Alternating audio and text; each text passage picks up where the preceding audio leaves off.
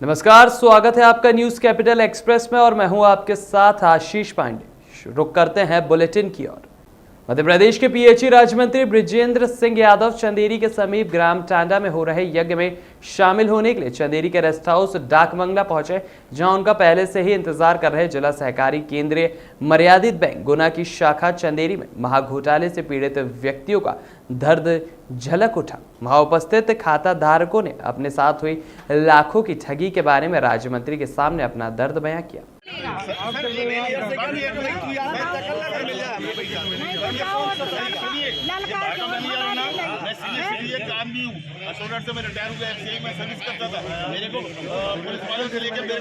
Sir हम थोड़ी अंदर जाके देख रहे हैं, इसमें आप लोगों की कोई गलती नहीं है और आपकी गलती नहीं है। आप लोग कोई फर्जी बना कर थोड़ी लाए हो, आप लोग फर्जी बना कर नहीं लाए। तो कोई आदमी अरे असली तो मिल नहीं रहा यार, फर्जी को दे रहा हूँ, फर्जी कौन लाएगा। बैंक महा घोटाले को लेकर आप क्या कहना चाहेंगे? सर मेरी 1-1 लाख की 4 FD है और 1-1 लाख की मेरी 4 FD है, वो ड्यू हो गई हैं, परंतु हमारे को अभी तक आज 7-8 महीने हो गए, अभी तक उसका पेमेंट नहीं दिया गया है। ठीक है, मैं एप्लीकेशन लिख के बैंक में पहुंचा, आप हमारा पेमेंट दीजिए। बोले अभी हम पेमेंट नहीं दे सकते, बोले हमारे ये कंप्यूटर पर नहीं चढ़ी है, लेजर पर नहीं चढ़ी है, इसलिए हम पेमेंट देने में असमर्थ है। तो हमने कहा इस पर आप एप्लीकेशन में लिखिए, क्या लिख रहे हो आप? तो उन्होंने लिख दिया ये FD नंबर 100 4 FD है मेरी, वो हमारी बैंक की बनाई गई है, परंतु ये हमारे सिस्टम में नहीं चढ़ी है। अब ये सर हमारी गलती थोड़ी है, आपने अपने सिस्टम में चढ़ाई, हम थोड़ी अंदर काउंटर के अंदर घुस के देख रहे हैं कि आपने चढ़ाई कि नहीं चढ़ाई। कितने लोगों का है? 400 लोग हैं सर। मतलब मंत्री जी से आपने क्या हमारा ये का हमारा थोड़ी, हम काउंटर के अंदर थोड़ी घुस के देख रहे हैं। मंत्री जी से एमपी के एक गांव अंधेरे में डूबे। कांग्रेस के पूर्व मंत्री प्रियव्रत सिंह की पत्रकार वार्ता। घोषित और अघोषित बिजली कटौती पूरे प्रदेश में हो रही है। कोयले की कमी जानबूझकर बताई जा रही है। एमपी में भयावह बिजली संकट है। वहीं कई गांवों में 7 से 8 घंटे बिजली कटौती हो रही है। सरकार की नाकामी के चलते प्रदेश अंधेरे में डूबा है। 900 करोड़ का भुगतान उन करार को दिए जाते हैं जिनसे बिजली नहीं मिलती। करोड़ों रुपए खर्च कर बिजली समस्या पर मंथन किया जा रहा है। प्रियव्रत सरकार जनता के बीच जाकर मंथन करे कि प्रोपेगेंडा करने में हम लोग मास्टर हैं। भारतीय जनता पार्टी के लोग क्या प्रोपेगेंडा किया जा रहा है कि 2% की कमी है सिर्फ मध्य प्रदेश में बिजली की। समाचार पत्रों को बयान दिए जा रहे हैं कि कोयले की कोई कमी नहीं है। आज अगर हम ये देख लें तो सारे पावर प्लांट्स की अगर परिस्थिति देख लें तो Sanjay Gandhi thermal power plant में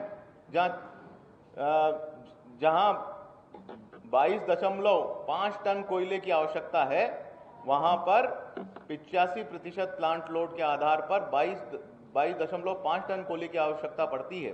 यानी कि आज की स्थिति में अगर वहां पे कोयले का अगर भंडारण देखा जाए तो सिर्फ 2 दिन का भंडारण है। सतपुड़ा थर्मल पावर स्टेशन की भी यही हालात है। यही हमारे सुपर स्पेशलिटी का जो प्लांट है आपका सिंगाजी महाराज का, उसमें भी यही परिस्थिति है।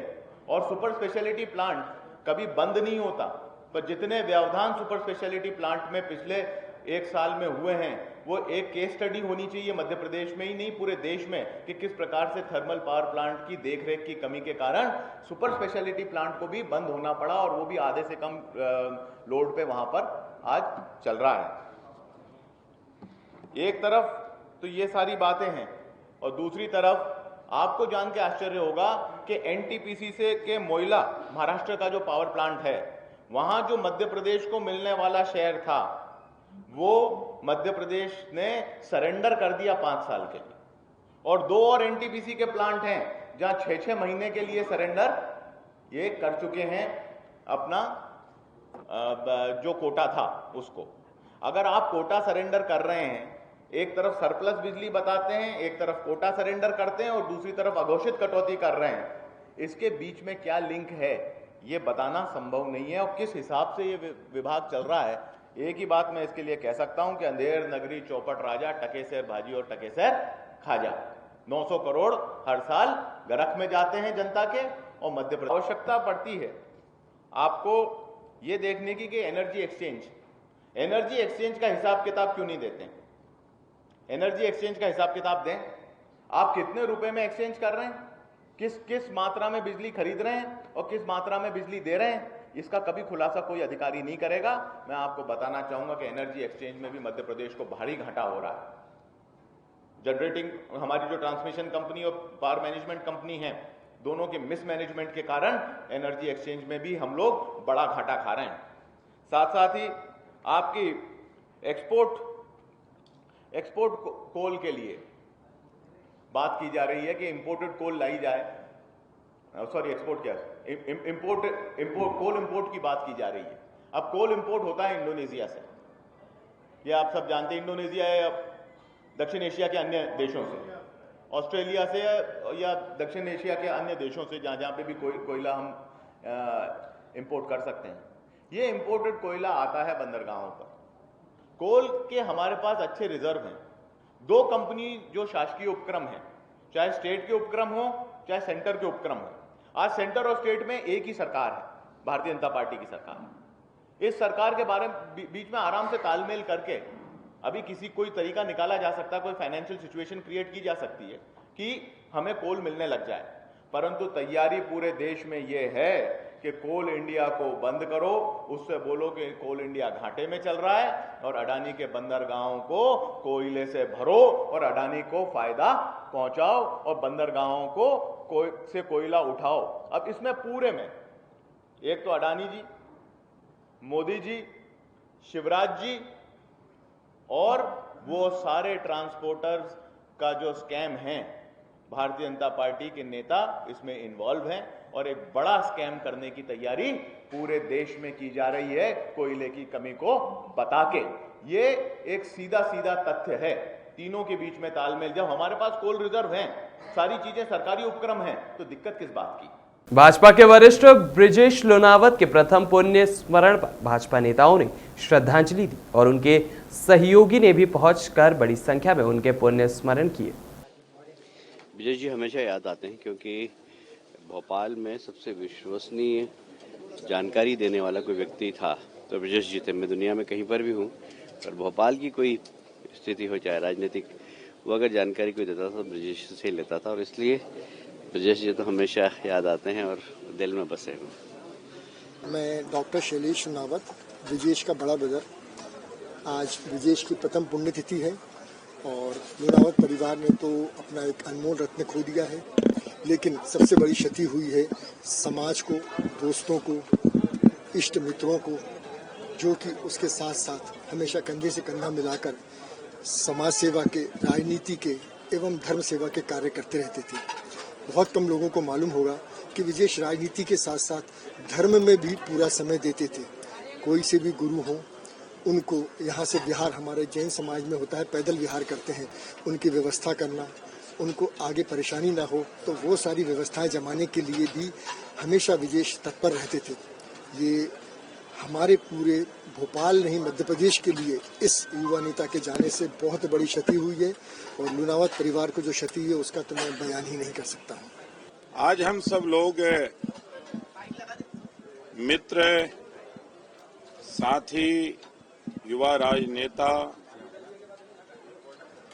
युवा समाज सेवी, सहज, सरल, मृदुभाषी, सबकी आवश्यकताओं पर उनकी मददगार करने वाले ऐसे व्यक्तित्व और ऐसे व्यक्ति को आज हम प्रथम पुण्यतिथि पर याद कर रहे हैं, जिनने सबको साथ दिया। ये यही कभी कभी लगता है कि ईश्वर कठोर है और हम सब लोग उसके कठपुतली हैं।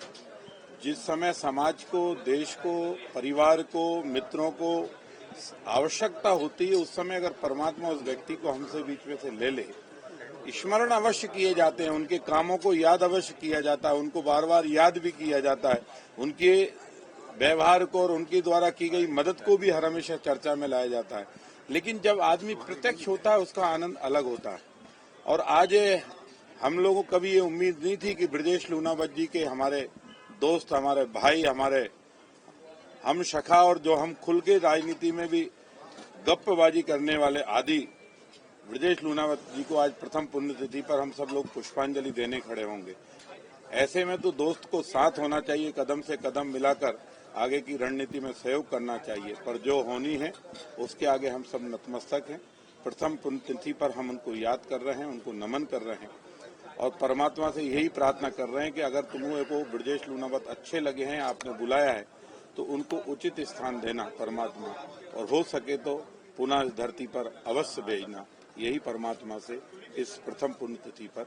सिवनी मामले पर नेता प्रतिपक्ष डॉक्टर गोविंद सिंह का बयान सामने आया है। मध्य प्रदेश में बीजेपी आतंक फैलाने का प्रयास कर रही है। बजरंग दल और श्रीराम सेना के निशाने पर आदिवासी समाज है। जगह जगह लगाए जा रहे हैं बजरंग दल के शिविर। आतंक फैलाने के लिए प्रशिक्षण दिया जा रहा है। आदिवासियों की हत्या बजरंग दल और बीजेपी के इशारे पर हुई है। इस मामले में कांग्रेस के पास पुख्ता प्रमाण है। बीजेपी आने वाले विधानसभा चुनाव में सांप्रदायिकता का सहारा ले रही है। मिश्रा जी से कोई चर्चा नहीं। उन्होंने कहा मैं संसदीय मंत्री होने के नाते आपके घर बधाई देने आना चाहता हूं, तो मैंने कहा फोन पे ही दे दीजिए, आप काहे को कष्ट कर रहे हैं हम तक। हाँ, बोले नहीं। हाँ। और उन्होंने कहा कि नहीं, हमारी ड्यूटी है, संसदीय कार्य मंत्री का कर्तव्य है, धर्म है हमारे। आप भी रहे हो, आपने पढ़ा है, उसमें लिखा हुआ है कि संसदीय कार्य मंत्री को सभी दलों से, नेताओं से संपर्क करना चाहिए। इसको अपना कर्तव्य निभाने आ रहे हैं। और साथ में फोटो वाले को ले आए, साथ में आए, फोटो ले आए हमने जिकाए के लिए, बोले ये अखबार में छपवाने के लिए। उन्होंने हाल फोटो लिए। मैं उनको चुनौती देता हूँ, अगर आज सामने पूरे प्रदेश में चला, एक भी जगह ट्रेनिंग कैंप अगर कांग्रेस के चला रही हो, उसका प्रमाण दें तो मैं जुर्मदार अपने को जुर्म समझूंगा, मैं अपराधी हूँ। अन्यथा शिवराज सिंह जी और नरोत्तम मिश्रा को जो ट्रेनिंग कैंप क्यों चलाए जा रहे हैं, लाठी आपके बजरंग दल और ये भारतीय जनता पार्टी के अध्यक्ष के साथ, आप कह रहे हैं नहीं हमारा, तो ये भाजपा का जिला अध्यक्ष है, उसके साथ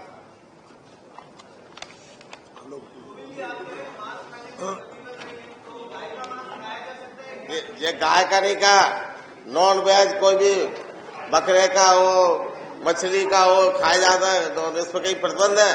गौ मांस पर प्रतिबंध है। 2004 में कानून बनाया था दिग्विजय सिंह के समय पे। घटना का कारण केवल एकमात्र है, आदिवासी भाइयों को कांग्रेस पार्टी से, उनके समर्थन से अलग करके भारतीय जनता पार्टी के सामने नतमस्तक कराना, भयभीत करना, ताकि वो जहाँ अयोध्या में रहना है तो राम राम कहना है, ये उनका नारा है। जी कार्यकर्ता अधिकांश हमारी जो सरकार बनी, आदिवासी भाई, गरीबों के, पिछड़े, अनुसूचित जाति, जनजाति, अल्पसंख्यक, गरीब तबके के लोगों ने, पिछड़े वर्ग के लोगों ने कांग्रेस को 114 सीटें दी थी। इसलिए अब चुनाव आ गया, इसलिए वो इस तरह की हरकतें कर रहे हैं। पूरे देश में आतंक और सांप्रदायिकता फैलाकर, आपस में दंगे कराकर क्यों हो रहे दंगे? भाजपा की सरकार आती तो जगह जगह दंगे क्यों हो रहे? प्रदेश में शांति अमन चैन था। सरकार की ड्यूटी नहीं है, क्यों हो रहा है? सरकार को रोकना चाहिए। अब ये कोर्ट में मामला है, इसमें अभी हम कुछ नहीं कहेंगे। अभी जो न्यायालय में प्रकरण चल रहा है उसके बारे में मैं कोई टिप्पणी नहीं कर सकता। लास्ट क्वेश्चन, इजार भाई, लास्ट क्वेश्चन। लेकिन एसपी मना कर रहा है बात, तो क्या आप ये मांग नहीं करेंगे कि एसपी को हटाकर जांच कराई जाए? कहाँ का? नहीं बोला कि तीनों नहीं, अभी एसपी ने ऐसा कोई बयान हमारे सामने नहीं दिया है। अगर इस तो दिया, अगर एसपी इसमें शामिल है, अगर एसपी अगर अक्षम आयोग नालायक नहीं होता तो इस तरह की हरकतें करने की हिम्मत नहीं बनती आरएसएस की या उनकी। मीडिया के सवालों पर प्रतिक्रिया देते हुए मंत्री भूपेंद्र सिंह ने कांग्रेस को आईना दिखाया और खरगोन की जनता ने कांग्रेस नेताओं को जवाब दिया। यह मंत्री भूपेंद्र सिंह ने कहा। साथ ही उन्होंने कहा कि आप ही दंगा कराते हो, आप ही दंगे की ट्रेनिंग देते हो, बाद में संतावना देने आते हो। कांग्रेस के दल को घुसने नहीं दिया। लोगों ने खरगोन में लोगों ने सीधा कांग्रेस पर आरोप लगाया है कि कांग्रेस दंगा कराती है, और ये बात हम लोग पहले से भी कह रहे हैं। कांग्रेस का इतिहास दंगे का रहा है। देश में जब भी दंगे हुए कांग्रेस ने करवाए। कांग्रेस के नेता तमाम सवाल खड़े कर रहे हैं। कुछ कह रहे हैं कि आयोग संवैधानिक नहीं है, रिपोर्ट जो है मतदाता सूची के आधार पर बना ली, जबकि जनगणना के आधार पर बननी चाहिए। रिपोर्ट पर सवाल खड़े कर रहे हैं। देखिए, कांग्रेस किसी भी तरह से पिछड़ा वर्ग का कल्याण नहीं चाहती और कांग्रेस सिर्फ पिछड़ा वर्ग का दिखावा करती है। कांग्रेस को तो धन्यवाद करना चाहिए कि जो काम उन्होंने नहीं किया वो काम माननीय मुख्यमंत्री जी ने किया, हमारी सरकार ने किया। कांग्रेस ने क्यों नहीं बनाया पिछड़ा वर्ग कल्याण आयोग? कांग्रेस ने क्यों नहीं ये सारा डाटा न्यायालय में प्रस्तुत किया आयोग बनाकर? तो कांग्रेस को कुछ करना तो है नहीं है। भारतीय जनता पार्टी ओबीसी के कल्याण के लिए काम कर रही है और पिछड़ा वर्ग कल्याण आयोग के माध्यम से जो डाटा उपलब्ध हुआ है, जिसको आज न्यायालय में प्रस्तुत आयोग करेगा, इससे मजबूती के साथ पिछड़ा वर्ग की जो स्थिति है मध्य प्रदेश में, वो मजबूती के साथ न्यायालय में तथ्यों के साथ, पूरे जानकारी के साथ, पूरी रिपोर्ट के साथ, और जो पिछड़ा वर्ग कल्याण आयोग है उस समिति ने सभी जगह दौरा किया। दौरा करने के बाद रिपोर्ट ली है और रिपोर्ट पूरी बहुत विस्तृत रिपोर्ट है और उसमें एक एक जानकारी दी गई है, वो आज न्यायालय में प्रस्तुत करेंगे। तो कांग्रेस ने तो कुछ किया नहीं। हम अगर कर रहे हैं कि ओबीसी को आरक्षण मिल जाए तो कांग्रेस उसमें किंतु परंतु कर रही है। ये काम कांग्रेस ने क्यों नहीं किया? देखिए, कल जो खरगोन में कांग्रेस के नेता गए थे और जिस तरह से जनता ने उनको जवाब दिया है और लोगों ने ये कहा कि आप ही दंगा कराते हो, आप ही दंगा की ट्रेनिंग देते हो और दंगा करा के वो फिर बाद में संतावना देने आते हो, तो कांग्रेस के दल को घुसने नहीं दिया लोगों ने। और लोगों ने सीधा कांग्रेस पर आरोप लगाया है कि कांग्रेस दंगा कराती है। और ये बात हम लोग पहले से भी कह रहे हैं कि कांग्रेस का इतिहास दंगा का इतिहास रहा है। देश में जब भी दंगे हुए हैं हमेशा कांग्रेस ने दंगे कराए हैं और इसलिए मध्य प्रदेश में शांति ना हो, मध्य प्रदेश में भाईचारा ना हो, किसी भी तरह से मध्य प्रदेश का लॉ एंड ऑर्डर बिगड़े, विकास के काम प्रभावित हो, ये कांग्रेस चाहती है।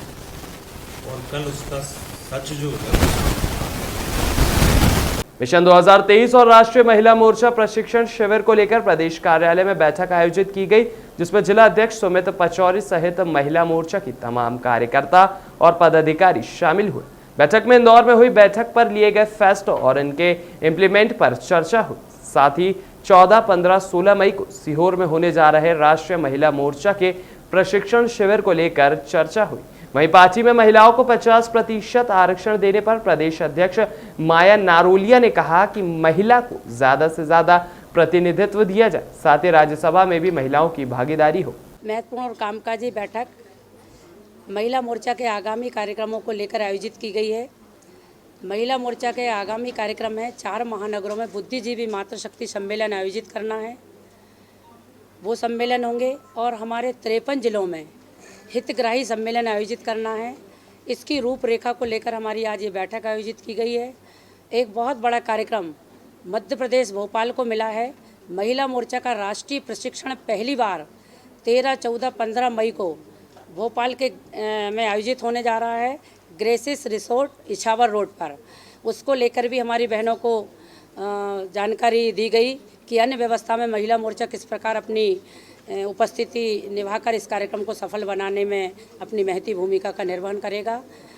और हमारे महिला मोर्चा की जो हमारी सब बहनें हैं वो हमारे प्रधानमंत्री मोदी जी की जनकल्याणकारी योजनाओं को और हमारे मुख्यमंत्री शिवराज सिंह चौहान जी की जनकल्याणकारी योजनाओं को हर घर तक, हर बूथ तक ले जाकर हमारे हितग्राहियों से संपर्क करेंगी, संवाद करेंगी और उन संपर्क और संवाद के माध्यम से जिन हितग्राहियों को लाभ मिला है और जिनको नहीं मिल पाया उनको भी लाभ दिलाने का काम महिला मोर्चा बूथ स्तर तक करेगा।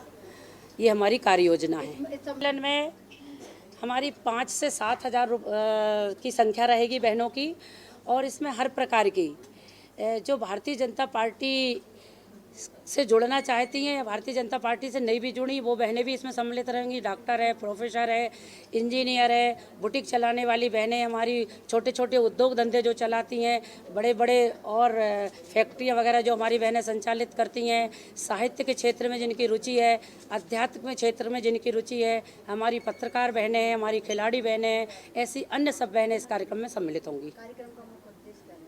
कार्यक्रम का मुख्य उद्देश्य यही है कि हमारी महिला शक्ति जो है, महिला शक्ति अब जाग उठी है। महिला शक्ति मोदी सरकार की योजनाओं से इतनी प्रभावित है कि वो मोदी जी की हर योजना का लाभ भी ले रही है और नई भी लाभ मिल रहा है। इसके बाद भी मोदी जी की योजनाओं से प्रभावित, उनके कामों से प्रभावित है, तो वो भारतीय जनता पार्टी से जुड़ना चाहती हैं। राष्ट्रीय स्तर के कौन नेता आएंगे इसमें?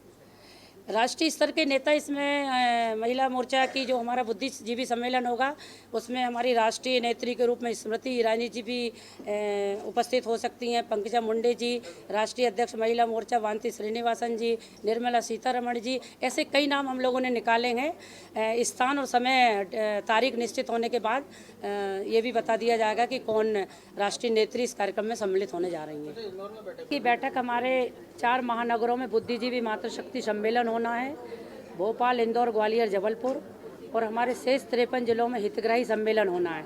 उसको लेकर ये कामकाजी और महत्वपूर्ण बैठक थी। और मध्य प्रदेश सरकार की जन कल्याणकारी योजना और केंद्र सरकार की जन कल्याणकारी योजनाओं को हम बूथ स्तर तक ले जाएंगे और मातृशक्ति को जोड़ने का काम करेंगे। ये महिला मोर्चा की राष्ट्रीय कार्य समिति भी क्या मध्य प्रदेश में आयोजित? राष्ट्रीय प्रशिक्षण है। राष्ट्रीय प्रशिक्षण क्या शेड्यूल है, क्या कार्यक्रम है? राष्ट्रीय प्रशिक्षण 13, 14, 15 मई को आयोजित होना है और उसमें हमारी राष्ट्रीय पदाधिकारी और राष्ट्रीय कार्यकारिणी सदस्य और विभिन्न प्रदेशों की प्रदेश अध्यक्ष उस मोर्चे में उस प्रशिक्षण में सम्मिलित होंगी। और हमारा भोपाल जिला और सीहोर जिला उनकी मेजबानी करेगा, उनका स्वागत सत्कार करेगा, व्यवस्थाओं में लगा रहेगा। उसके बाद में इस बीच में राष्ट्रीय कार्य समिति भी राजस्थान में होना, तो क्या महिला मोर्चा ये चाहता है कि विधानसभा चुनाव में जो है लगभग 50% या कितने प्रतिशत टिकटें मिलनी चाहिए? देखिए, भारतीय जनता पार्टी एक ऐसा दल है जो 24 घंटे संगठन के कामों में लगा रहता है। ऐसे ही महिला मोर्चा चुनाव की दृष्टि से ना तो कोई ये प्रशिक्षण है और ना कोई ये बैठकें हैं। हमारी प्रक्रिया है भारतीय जनता पार्टी के संगठन में हमेशा कार्य करना और चलते रहना। चरेवेती यही तो मंत्र है अपना। भाजपा युवा मोर्चा जिला अध्यक्ष वैभव पवार ने जानकारी देते हुए बताया कि 15 जून को बड़े स्तर पर युवा सम्मेलन आयोजित होने जा रहा है, जिसके कार्यक्रम का पोस्टर लॉन्च किया गया। वहीं नए युवाओं को इसमें बोलने का मौका मिलेगा, सभी के सामने वे अपनी प्रतिभा रख सकेंगे। आने वाले दिनों में भाजपा बड़े स्तर पर आयोजन करेगी। युवा मोर्चा मध्य प्रदेश आगामी आने वाले समय में 15 मई से लेकर 15 जून के बीच में यूथ कनेक्ट का एक बड़े कार्यक्रमों का आयोजन करने जा रही है, जिसमें हम मुख्य रूप से 3 प्रमुख बड़े कार्यक्रम करेंगे। इसमें एक स्पीच कंपटीशन होगा जो 16 मई से लेकर 22 मई के बीच में होगा। इसमें विधानसभा स्तर पे ऐसे युवा जो अच्छे वक्ता हैं और जिनका बोलने में रुचि रखते हैं, जो लोग ऐसे युवाओं को आमंत्रित करके हम स्पीच कंपटीशन विधानसभा लेवल पे कराएंगे, जिसमें अलग अलग हमने 10 विषयों को निकाला है। उन 10 विषयों पे हम युवाओं से स्पीच कंपटीशन कराएंगे। उसके बाद वह कार्यक्रम आगे जिला स्तर पे 18 तारीख को होगा, 18 मई को, और उसके बाद संभाग स्तर पे उससे जो जीते हुए प्रतिभागी हैं, प्रत्येक जिले में एक विजेता और एक उपविजेता, जिसका फाइनल कार्यक्रम संभाग स्तर पे 22 मई को संपन्न होगा। इसके बाद सोशल मीडिया पर हम एक बड़ा कैंपेन चलाएंगे युवाओं को हमारी विचारधारा से जोड़ने के लिए, हमारी सरकार के द्वारा किए हुए कामों से जोड़ने के लिए, चाहे वो केंद्र की सरकार हो या राज्य की सरकार हो, जिस प्रकार की जन कल्याणकारी योजनाएं हैं उनसे जोड़ने के लिए।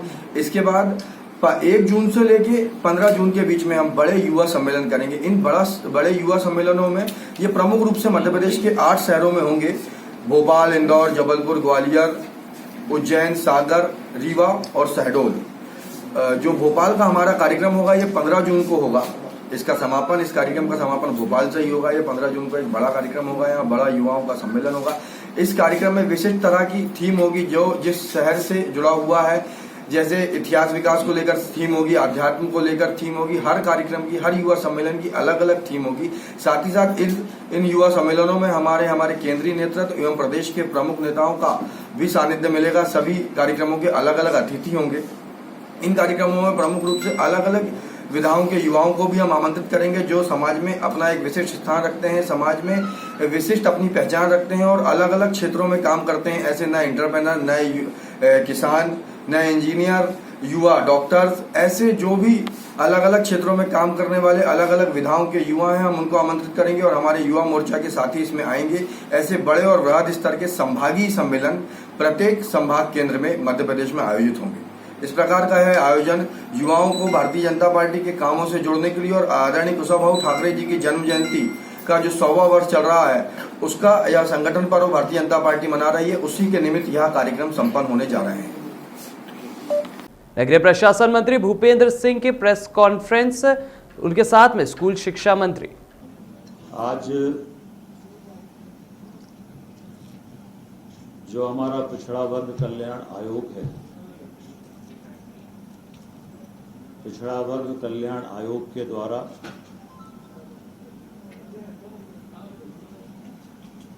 अपनी रिपोर्ट प्रस्तुत की गई है और उस रिपोर्ट में जो डाटा आया है उसमें लगभग 48% जो है वो पिछड़ा वर्ग के मतदाता पाए गए हैं और इसको अगर हम देखें कुल मतदाताओं में से अनुसूचित जाति अनुसूचित जनजाति के मतदाता घटाने पर शेष मतदाताओं में अन्य पिछड़ा वर्ग का जो मतदाता है वो 79% है। आयोग ने अपने रिपोर्ट में ये पाया है कि वयस्क मताधिकार प्राप्त हुए लगभग 70 वर्ष हो चुके हैं, फिर भी आर्थिक और सामाजिक पिछड़ेपन के कारण आज भी अन्य पिछड़ा वर्ग के लोगों के लिए ऐसी बाधाएं हैं जिसको प्रतिवेदन में प्रस्तुत में दर्शाया गया है, जो उन्हें राजनीतिक समानता पाने से रोक रही है और इस कारण जनसंख्या के अनुपात में राजनीतिक प्रतिनिधित्व नगरीय निकाय एवं पंचायतों में काफ़ी कम है। आयोग के द्वारा अनुसंधान एवं शोधकार विश्लेषण तथा जिलों में भ्रमण के दौरान अन्य पिछड़ा वर्ग के विभिन्न सामाजिक एवं स्वयंसेवी संगठनों से आयोग को प्राप्त ज्ञापन एवं मांग पत्रों की समीक्षा के आधार पर आयोग अन्य पिछड़ा वर्ग के उत्थान हेतु जो प्रथम प्रतिवेदन में अनुशंसाएं की हैं वो इस प्रकार हैं। नंबर 1, राज्य सरकार त्रिस्तरीय पंचायत चुनाव के सभी स्तरों में अन्य पिछड़ा वर्ग के लिए कम से कम 35% स्थान आरक्षित करे। नंबर 2, राज्य सरकार समस्त नगरीय निकाय चुनाव के सभी स्तरों में अन्य पिछड़ा वर्ग के लिए कम से कम 35% स्थान आरक्षित करे। नंबर 3, त्रिस्तरीय पंचायत चुनावों एवं नगरीय निकाय चुनावों में अन्य पिछड़ा वर्ग का आरक्षण सुनिश्चित किए जाने हेतु संविधान में संशोधन करने के लिए राज्य सरकार की ओर से भारत सरकार को प्रस्ताव भेजा जाए।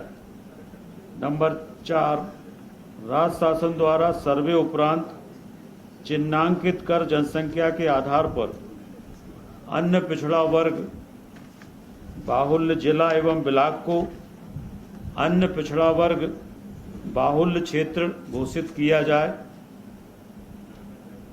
उन क्षेत्रों में विकास की विभिन्न योजनाएं लागू किए जाएं, बस्ती विकास जैसे कार्य इसमें लिए जाएं। ये अनुशंसा आयोग ने की है। फिर नंबर 5 पर कि पिछड़ा वर्ग की सूची में से जो जातियां केंद्र की अन्य पिछड़ा वर्ग की सूची में सम्मिलित नहीं है, उन जातियों को केंद्र की सूची में जोड़े जाने का प्रस्ताव मध्य प्रदेश शासन द्वारा केंद्र को प्रेषित किया जाए। फिर नंबर 6 है, केंद्र की पिछड़ा वर्ग की सूची में से जो जातियां मध्य प्रदेश राज्य की अन्य पिछड़ा वर्ग की सूची में सम्मिलित नहीं है। मध्य प्रदेश शासन उन जातियों को राज्य की सूची में जोड़ा जावे।